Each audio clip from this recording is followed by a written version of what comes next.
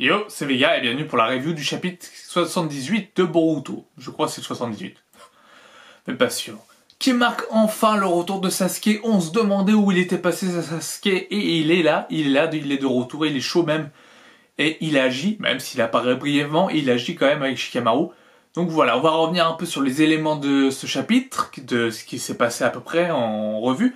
J'ai bien aimé ce chapitre, il est sympa. Et peut-être annonciateur d'une fin de Boruto plus prématurément que ce qu'on pourrait penser. Et oui. Et oui, ça j'y reviendrai en une autre vidéo pour dire que la fin de Boruto approche à grands pas. Et ça pourrait donc se dire que ça pourrait se terminer en 28 tomes et 30 tomes, au lieu d'avoir 40 tomes, etc. Et que la partie 2 de Boruto soit plus rapide que la partie 1 de Boruto. C'est fort probable. C'est des propos qui seront appuyés parce que par la fin du chapitre 78, donc voilà. Donc qu'est-ce qui se passe? Kawaki est décidé à... Déjà, la cover est super, c'est Naruto.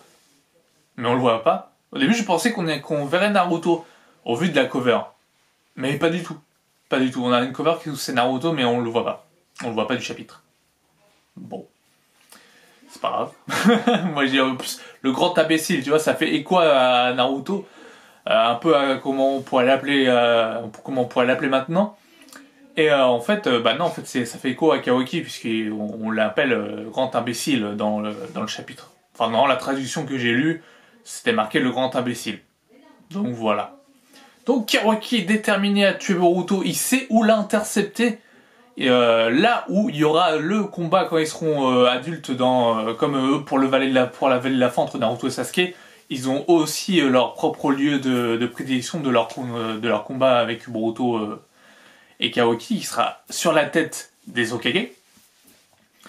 Et on peut dire que du coup, bah, c'était un combat qui était bref, puisque Kawaki attendait Boruto. Boruto s'est dépêché de rentrer chez lui pour essayer pour prendre contact avec son père et sa mère qui viennent d'apprendre qu'ils ont disparu.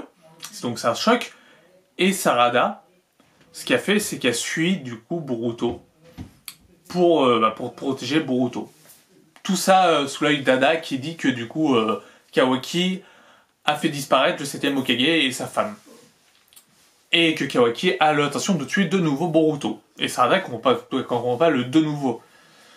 Donc, Boruto s'approche et petit combat avec Kawaki, utilisation de Kama, etc.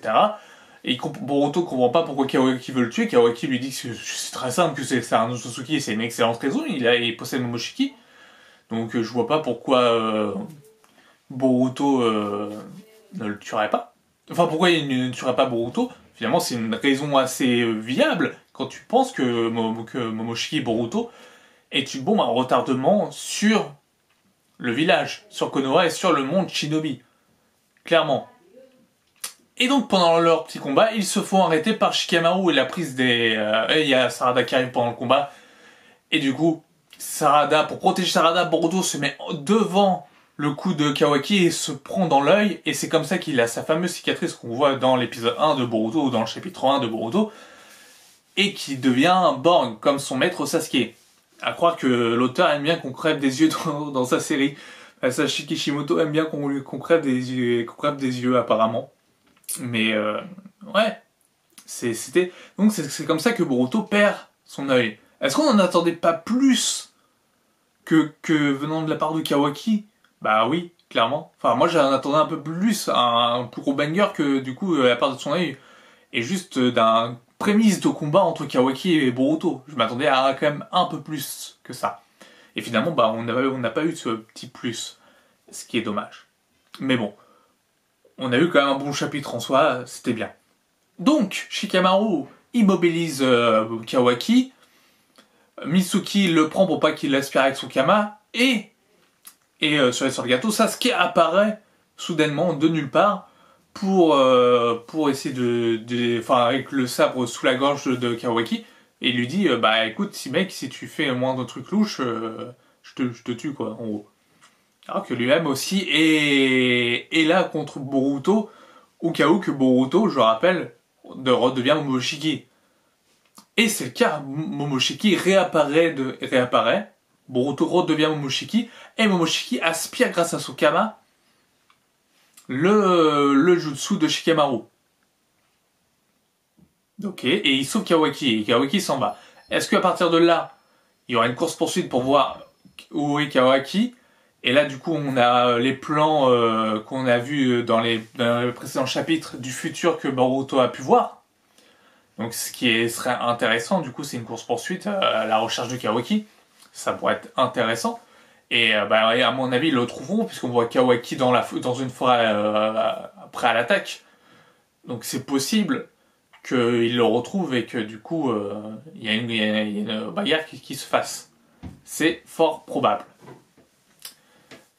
Mais c'est pas tout, c'est la fin qui est plutôt bien. La fin où Momoshiki lui dit que du coup, il a perdu son œil et que ce n'est que le début. Ce n'est que le début et qu'il va perdre tout très rapidement. Qu'est-ce que ça veut dire? Tout très rapidement. C'est quelque chose d'assez spécial de dire ça comme ça. Ça veut dire que du coup la fin approche. Est-ce que la fin de Sasuke approche, la fin de Naruto approche, la fin de tout approche? À mon avis, oui. Dans la mesure du possible, je pense que c'est une prédiction pour que du coup qu'on nous montre que la fin approche et il se passe du coup des dingueries.